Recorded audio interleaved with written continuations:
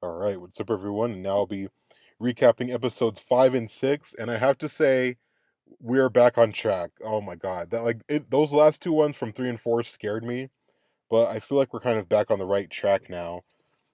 Just like it seems like the writing was better between these two episodes. It seems like the dialogue was a little bit better, the direction was definitely better, and the pacing was much better in these two episodes than in episodes 3 and 4. So first thing is that the gang flies into the burnt forest, and basically similar to the show, they fly into the burnt forest, and then they go into the village. And then the village explains that people have been missing from the village, and it's because they believe that it's because of related to the spirit of the forest. And then Ozai, or yeah, it goes to Ozai and Azula's talking about giving more support to Zhao, and then Ozai kind of agrees with her, and basically it's kind of like it's so weird because it seems like in this one, it seems that, but maybe Ozai is doing this on purpose to like kind of quote unquote bring the best out of them, like kind of put his kids in competition with each other, because it seems that like Azula is basically kind of like kissing his ass, and he's basically like, he's kind of like, Zuko would be a great heir because he did the what was thought to be impossible, and then he has resilience and to finding the Avatar and stuff. Because basically Azula tried to say that Zhao found the Avatar, but then Ozai reminds her that it was actually Zuko who found him first. And that kind of like Zula's like, oh, he's like, I need more action rather than pretty words. So basically he's just telling her to stop kissing ass, which I think is interesting in this version. Whereas in the show, it seemed like Azula was kind of more. But I don't know. Maybe he really didn't care about either of his kids. Maybe it was just like Azula showed more promise as like a firebender and kind of following more his philosophy when it comes to leading people. But it seemed like in the show he was more favored towards Azula. But this one he's kind of more trying to make them both kind of show them like show him like what they're worth basically, and he thinks that that's kind of better at refining them into the next leader of the Fire Nation. So anyway, so in the show it works similarly as or it works similarly here as the show as Aang tries to go to the spirit world to contact the spirit of the forest and see what's going on, why are these people missing and stuff. And it's actually much different in this, and I kind of like this change where not only because they're all in the area like where there are these totems, and Aang goes into the spirit world, but then he also knows that he kind of accidentally brings Katara and Sokka with him into the spirit world as well, which is very interesting, and I like this twist that they did. And then while this is going on, uh, Iroh basically suggests that, or no, Iroh and Zuko are still trying to find Aang, and they come across June, and June's like the bounty hunter from the show, and basically her character is almost exactly the same. Zuko's kind of reluctant to get her help, and then Iroh reminds him, especially that she has like that creature, the sheer shoe, that can find any scent and stuff. And at first he's kind of not wanting her help, but then later on they get her help. They hire her to find Aang. And so as they're in the spirit world, Aang, Sokka, and Katara, they meet Wan Shi Tong, the giant owl from the, I think, what I forgot what the episode's called, but basically that library that's kind of like that hidden secret library. And so he's in the spirit world here, and he basically kind of tells them a little bit about the spirit world and basically to stay on the main path, because if they don't, then there's other creatures and stuff that could go out there and kill them or do much worse. And I'm wondering how this is going to play into later on, like if they go in the direction of the show, where basically in the show, Sokka in that library finds out that there was an eclipse that happened on the Fire Nation and it weakened their firebending, and that's how they plan their invasion of the Fire Nation. But he doesn't find that out in this case, unless we run into Ron Chitang later on, which I hope so. But yeah, I'm just interested to see how that'll play out. Sokka seems to have a little bit of more funnier moments in this episode, which I like. Guitar still kind of, I don't know. I'm wondering if it's more the actress. Maybe, I mean, I don't want to, because they're young, but I'm wondering if it's like more the actress, because I feel like this episode and the next one are written better, but she's still a little bit kind of bland. But anyway, so they run into Heibai, and basically, like, Heibai is like the monster version. It's not like the panda version, and they see that he still has scars, and Heibai like goes crazy and then he knocks all three of them off the path. So they're all in different directions. So first Sokka encounters a fox that says that Heibai's in pain and that's why Heibai is kind of acting in that way and is so aggressive and attacked them. And it goes into these different sequences. So first, like Sokka meets this fox, and the fox is basically telling him all this, and Sokka makes a joke, and the fox is like, "Oh, do you joke whenever you don't want to, whenever you want to avoid talking about something painful or something?" And it's like that's kind of true. Like I could see, like I've always seen that with Sokka that he's kind of one of those people that copes with with humor, which makes sense. Katara first, so they get trapped into the fog. I forgot what the fog is called. They mention the name of it, but it also happens in Korra too. It's the same thing where they're all in the spirit world and they get trapped by the fog, and so they're trapped in this fog. And Katara has this um I don't want to say it's a dream. Well, it's basically not real. I don't want to say a dream. I forgot what that's called. Like an illusion, kind of this illusion, where she's taken back to the day. Like at first, like she reunites with her mom. She's like so happy that that has her mom back, and basically what happens is it's the day that the Fire Nation invaded her village, and they were searching for a waterbender because I guess they got reports that there was a waterbender in her village, even though they had taken all the waterbenders out, but they got a report that there was a waterbender, so they were like scouring the village searching for a waterbender. Obviously, the waterbender they were after was Katara, but her mom takes basically takes the heat for her and gets killed in her place, and it's very painful and much more I don't want to say gruesome, but much more in detail than they showed it on the anime show, where basically they kind of pan away for her being killed, but there you literally see her being burned.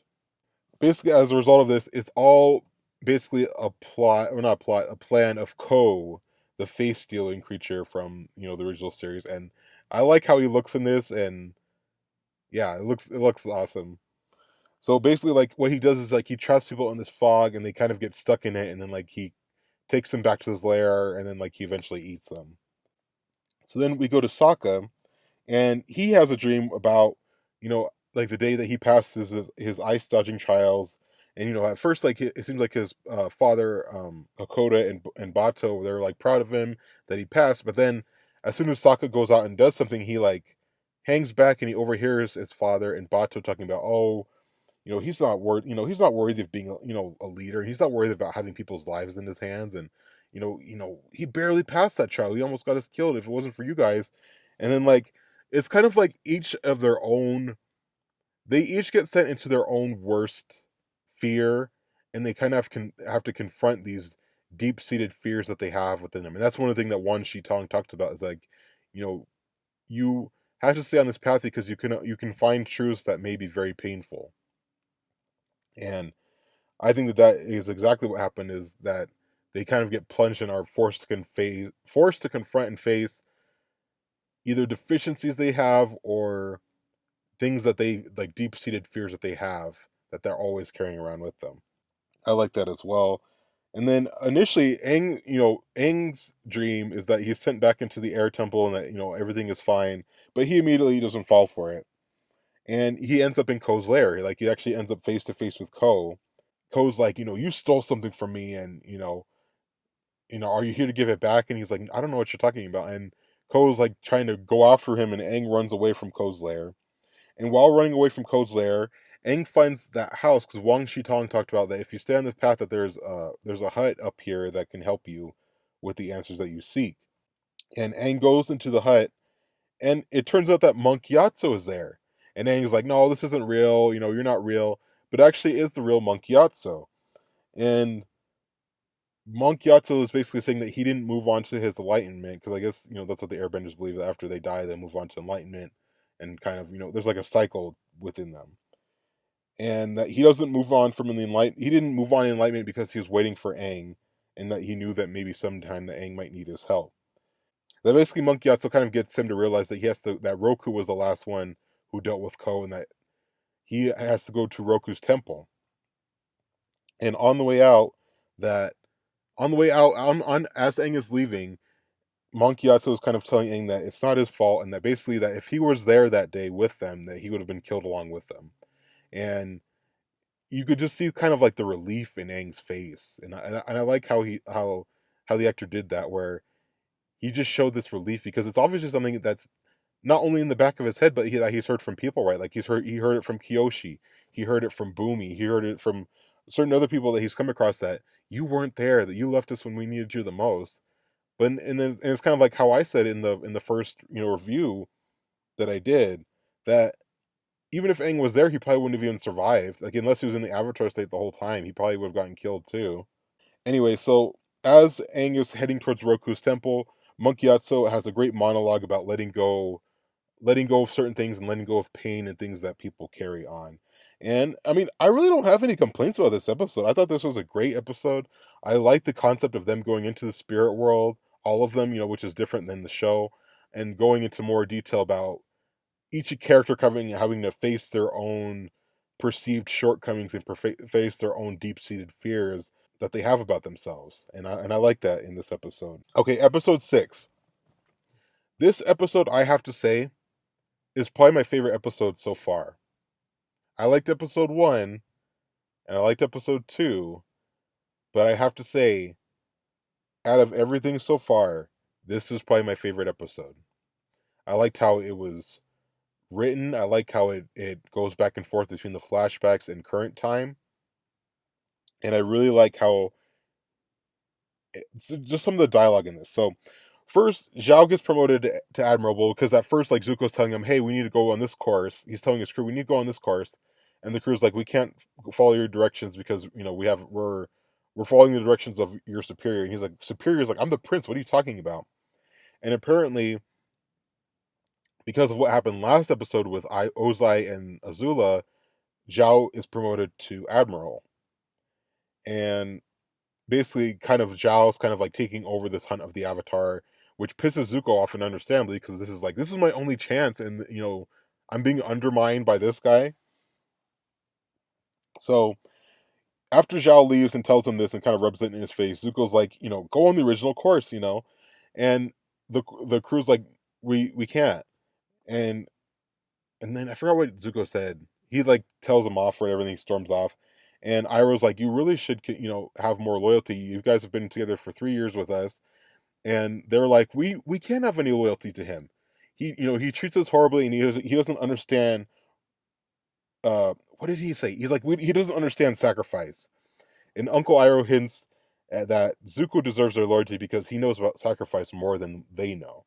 And at first I thought, oh well, they're just gonna do it like the show, like how Zuko sacrificed, leaving his home and stuff in order to, well, he didn't really sacrifice, he was kind of forced to, but that Zuko has to sacrifice a lot in order to hunt the Avatar. I thought that's what he was talking about, but that's not what he was talking about. We'll get back to that point later on. So Aang goes into Roku's temple and fights the sages. It almost plays out exactly like, the show. The sages don't want to help Aang, and only one sage wants to help Aang. And then it's also funny because in this one, the sages believe that it is actually Ozai that will bring balance to the world rather than Aang, because they believe Ozai's philosophy. Everyone being ruled under one nation will be unifying. It'll make everything better. And it's kind of funny that they've kind of bought into it and they've kind of been brainwashed. Whereas in the animated show, they didn't really explain why the sages were against the Avatar, but this one they explain that basically they kind of see Ozai as like the almost like an Avatar figure to bring balance and to unite everybody. And also June is starting to check Aang. So like I said initially in the last episode, they didn't want to hire June, but in this case they hired June because like they don't have any other option. Like they're not being given the resources that they need to hunt Aang down. So Iroh convinces Zuko to hire June. And like going back to the temple, it plays out just like how it did. The one sage helps Aang get into the temple with Avatar Roku, except there's no like solstice or anything. Even though I guess they are related in the show as well. The only difference is that in the show that Roku sent his dragon to tell Aang to contact him, but I guess it's still kind of similar.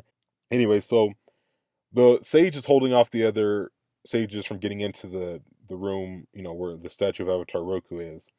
Aang connects with Roku, and it is funny. It seems that Roku kind of like plays a joke on Aang initially. Like he's kind of like, you need to bow and look down and stuff. But then like it's kind of weird how like Roku is like a little more comedic in this. But overall it's not too bad. He's just like real chill. I wish. I mean, I don't know who was the voice actor. I kind of wish they would have gotten his to him to do it, but it wouldn't have been as authentic looking. But I just that's one thing I love about the animated series is the voice of Avatar Roku. It's just like a very epic voice, and I don't know. I really like it. Anyway, and Roku seems to give Aang a different piece of advice that almost not contrasting, but also different than what Kyoshi gives him. Or Roku tells Aang that being the Avatar isn't just about being the fiercest warrior, but also being a diplomat, which is important too. Whereas like Kyoshi's like, no, you gotta lay down the law. If people don't like it, you gotta take him out. You know, and even Roku brings that up, and or Aang's like, or aren't you guys, aren't you guys all like connected, or all aren't the same? And Roku basically states that no, that each avatar they all have the same basic kind of code, but that each avatar kind of has different things required of them based on the time that they are in, right? And that's true. Think about Kuruk, right? Kuruk didn't really have isn't much of as like a warrior or diplomat as like Kyoshi or Roku because he didn't have to quite face the same kind of stuff that they did. Whereas Kyoshi had to stop the Earth King from like invading and taking over the world, and a lot of corruption and stuff within the Earth Kingdom, and she had to stop that. Whereas Roku, he had to be more. He was trying to be more diplomatic and didn't want to use force, especially with his relationship with Sozin and stuff. And then Roku basically explains to Aang that he took a totem from Ko, and the totem is of Ko's mother, and he gives the totem to Aang.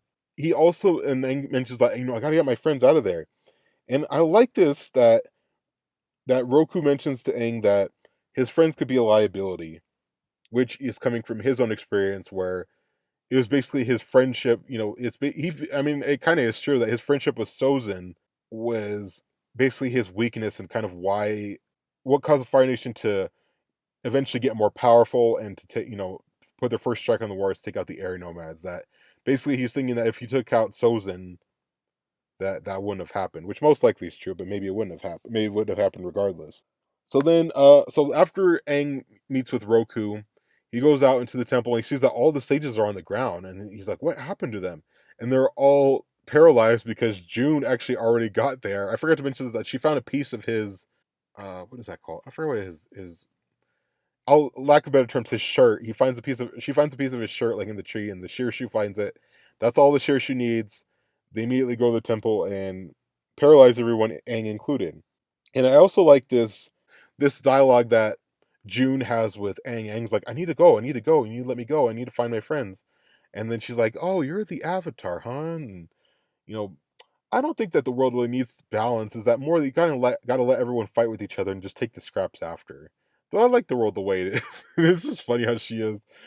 Obviously being in like the criminal underworld, well, not criminal, but like the underworld, like the lower half of everything, she kind of sees more bad stuff than good and doesn't really believe that the world can be imbalanced. It's very fitting for her, I would say. Okay, so then Zuko and Iroh come and pick Aang up from June. As they're riding on this road, Aang's telling him, when I need to go, you need to let me go so I get my friends. And Zuko's like, no, I can't. I'm not going to let you go. And Aang tells Zuko you couldn't always be this way. And it pans to Zuko in getting ready for his war room meeting, and he's all nervous and making sure everything is to the letter and how it's dressed. And Uncle Iroh helps him and gives him the advice that, hey, maybe you don't want to say too much during this because you're newer, so you may not want to say too much. You just kind of want to make sure that you're just keeping your I's dotted and your P's and Q's, and basically that kind of thing. So this is just like the war room preparation, but it progresses on throughout the episode, and I like this. Then Iroh and Zuko, as they're riding on this road, they run into Zhao, and Zhao's like, "Okay, give me the Avatar. If you don't do it, I have I forgot the archers are called. I have them. They could shoot you from this far away, and we could all take you out. So give me the Avatar." And Zuko and Iroh hand over the Avatar, or hand over Aang, and Zuko's like, we because initially he talks about bringing him to this prison, and Zuko's like, okay, well, we can go this way, we can take him out. Then Iroh's like, sometimes you just have to wait for your moment to strike. and be patient basically. And I like that you can see the frustration that Zuko has. He's like, I had him in my hands, and once again he's taken away. And I still think that out of everyone, I still feel like that the actors playing Zuko and Iroh are, I would say, so far the best. Like out of the main cast, anyway. Okay, so then Zhao takes Aang to this prison, and Zuko's, Aang, he takes him there to the prison and basically has the same kind of thing that he did in the show, where he's like, "Oh well, I'll just take you to the Fire Lord. We're not going to kill you. We're going to make sure you're alive, but that you can't do anything to stop us." It goes to the Blue Spirit, which I like this. So Zuko is basically sneaks into the prison, basically almost the same way as he did in the show. Like he's under the wagon, then he's inside the wagon. I love the choreography they did with him as the Blue Spirit with the two swords. It's almost exactly like the show, and I really like the choreography. Not only as he's breaking into the prison, but as he's breaking out. I really like the choreography here, and I feel like it was really well done. Okay, so basically, it plays almost exactly similarly to how it does in the show. They all, they run, they get out, and they use like the ladders to kind of get them across the courtyard. And it plays almost exactly like the show. That the archers shoot Zuko, but it's like more the mask takes the brunt of it rather than him. And Aang helps Zuko by getting him out of there. And Aang brings Zuko to this. I don't know where it is. It's like this like hut or something on the side of the road, kind of nearby, like where the prison was. And Aang tries to get Zuko to talk and asks him like what kind of brush he uses, and basically just trying to get him to talk at all. Zuko's not having any of it. He's not saying anything. And Aang actually apologizes for taking the notebook. um, and he basically is just like he explains how much it helped him and how much that Zuko knew more like about the Avatar than like a lot of other things, which is true, and it makes sense that if he was be that obsessed that he would be have all this knowledge and stuff about different avatars. And then Zuko, answers Aang's first question. He's like, "Oh well, I use this kind of a brush, and we had to do it all many times before I could start firebending." And Aang shows that it's kind of similar, that he had to do similar things, and it kind of makes sense, right? Like if you were to think about it, elemental wise, air and fire are really close. Basically, out of the elements, that air and fire, I think, are kind of the two similar ones, right? Because this is what I wanted to say. Because I think that both of them, you need the breath, right? Both with fire, as from what I explained in the show, with firebending you need the breath, and with airbending you also need the breath. So I think like out of fire and airbending are very similar, which makes, in my opinion, Aang and Zuko more similar because the elementally wise they're kind of similar. There's obviously some differences, but like as from like a base point, it's kind of similar that they both need breath, they both need air in order to start their bending.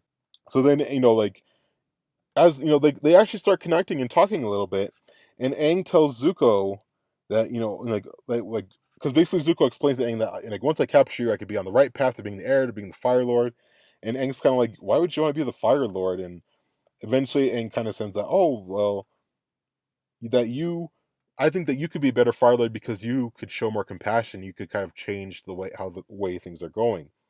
And as soon as Aang says the word compassion, Zuko just goes off and defends his father and be like, no, he's doing the right thing, and he literally says compassion is weakness. And as he says that, it goes back to the Agni Kai, because I forgot to mention this. The War Room plays it almost exactly similar. That Ozai wants to sacrifice the 401st Division, and because at first Ozai asks Zuko, well, what do you think we should do here? And Zuko throws out these different things, and Ozai's like, no, that's not gonna work. And so this other general talks about sacrificing the 401st, and Zuko has this horrified look on his face. And as they're like, okay, yeah, we'll do this plan, and as literally the meeting is ending, Zuko is just staring at the board there, and he's like, this plan is awful. This plan is horrible, and we shouldn't do it, basically. So it goes to the Agni Kai, and I like how they did the Agni Kai here actually more than the show, because they actually show a little bit more of what happened. So initially, Ozai is trying to attack Zuko, and Zuko's just like defending, just doing defensively and trying to dodge and not even really attacking him. And Ozai wants him, like, he tries to push him to actually attack him. Zuko's dodging for a little bit, then he starts attacking, but he has an open shot at Ozai. He literally almost has like a punch basically to Ozai, but he doesn't take it because he restrained himself because of compassion and also like respect, because like it's his father, so it's like you're not gonna go hit his own father, right? So he held himself back. Ozai, like, basically does like a counter move, gets him on the ground, burns his shoulder, and tells him that compassion is weakness. And he burns him, like as Zuko's on the ground. After like the compassion thing, Zuko, does like a fire blast at Aang. Aang like basically counters it and like pushes him back against the wall and it knocks Zuko out again. Aang puts Zuko back on the board, back on his little boat. Zuko tries to attack Aang, and then Aang just like basically blows the boat away and sends Zuko on his way back to his ship. Zuko is coming back towards the ship. Iroh reveals that he reveals to the crew that it was their crew that originally was going to be sacrificed, and then this plays together perfectly to how it did in the beginning, where Iroh was talking about how much Zuko sacrificed because he actually defended this crew before he even worked with them, and it shows that they were the original crew that were sent on this hunt with Zuko and in the hunt for the Avatar. Because Ozai's like, well, since you care about this troop so much, they could go with you on this. And I like how they showed after he got burned with everything, and Ozai or Iroh's comforting him, basically saying, well, you'll have vision in both your eyes, so you can still see my pretty face, and she's trying to joke with him and comfort him. And Ozai goes into the room, and I was like, this isn't the best time, and Ozai's like, I want to talk to my son. And Ozai thought that taught him that doing that was like, oh, you can't show compassion and you can't show weakness. And basically, like, he thought that he was trying to teach him a lesson, that it was good for him to learn this and stuff. And Zuko still has the same mindset that it's like, no, well, sometimes if you show, compassion, it's just by giving people a chance and they can be stronger for you in the end. And Ozai he just like totally is just against this. And he's like, he's like, I knew I might have raised you too weak. You're becoming like your mother or something like that. And he's like, well, maybe being out doing something for the future of the Fire Nation will, change your view or whatever. So that's why he sends him and he banishes him. And you see Zuko crying there, and someone had brought this up, and I agree that like some of the tears, some actors can't cry as well as others, but the actor for Zuko was able to cry really well here, and it was really convincing, I feel like. And yeah, so after the crew finds this out, they immediately, start showing Zuko respect and their loyalty. They welcome him, and they're all like, standing in alignment, and they're bowing down as he's walking past them. And it was just great. It was just great, and I feel like it was even a little bit deeper than the show was. Anyway, so back to Aang. So Aang gives Ko the totem. He releases Katara and Sokka. The only problem is like, what about the other townspeople that he went in there to save? That's probably the only kind of like loose end that was left in this episode.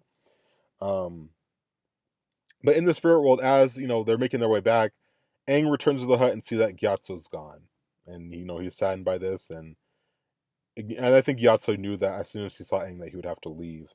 And I love this piece of dialogue here, or monologue, is one of my favorite points in this whole show, where Iroh is giving a monologue about masks. That's the name of the episode, actually, is masks, and it ties into it so well because Zuko had to wear a mask in order to save Aang, and that's like the blue spirit. And not only that, but Iroh also talks about the masks that people wear. That when people wear, when they're hurt or when something has happened to them to protect themselves, and I really love that monologue because it's so relatable, right? Like it happens. I mean, like most people do, right? Like a lot of us have had something that's happened in that we wear masks, and we kind of wear these masks to kind of either keep people at a distance if we've been, betrayed or hurt by somebody, or wear masks that, we're tough and we're strong and we're fine, even though we're really not. Wear a mask that that you wear this mask of a happy face, but you're not. And it's like we all do this. We all, people go through different things, but they put on a mask in order to help with that, whatever that thing that has happened. And I think that it was a really well written monologue, and it's very relatable to real life. And like I said, this is probably my favorite episode so far in the series. Um, and I'm really glad. This gives me hope, especially after seeing, like how bad 3 and 4 were. It really worried me, but this gives me hope that the rest of the season will be really good too. It'll be interesting to see how they handle, because they're only gonna have 2 episodes to do the whole North Pole and everything. So hopefully they just stay there the whole time. I don't know if they would put anything else in there with it, but yeah. So there's only 2 episodes left, and I'm enjoying it. As overall experience, is it the best show I've seen? No, but it's not like, I don't understand why some people online are just like absolutely shitting on the show. I don't get it. No, I shot on it a little bit in episodes 3 and 4. I'll admit, but that's just because like just like taking the animated show out of it, regardless, just as like a normal show, I felt like it didn't work. But I really don't get a lot of the hate that this show is getting. But I don't know. Maybe something else happens in episodes 7 and 8 that I don't that you know. But anyway, I really enjoyed these 2 episodes, and I hope you guys enjoyed this recap. And I'll see you next time. Thank you.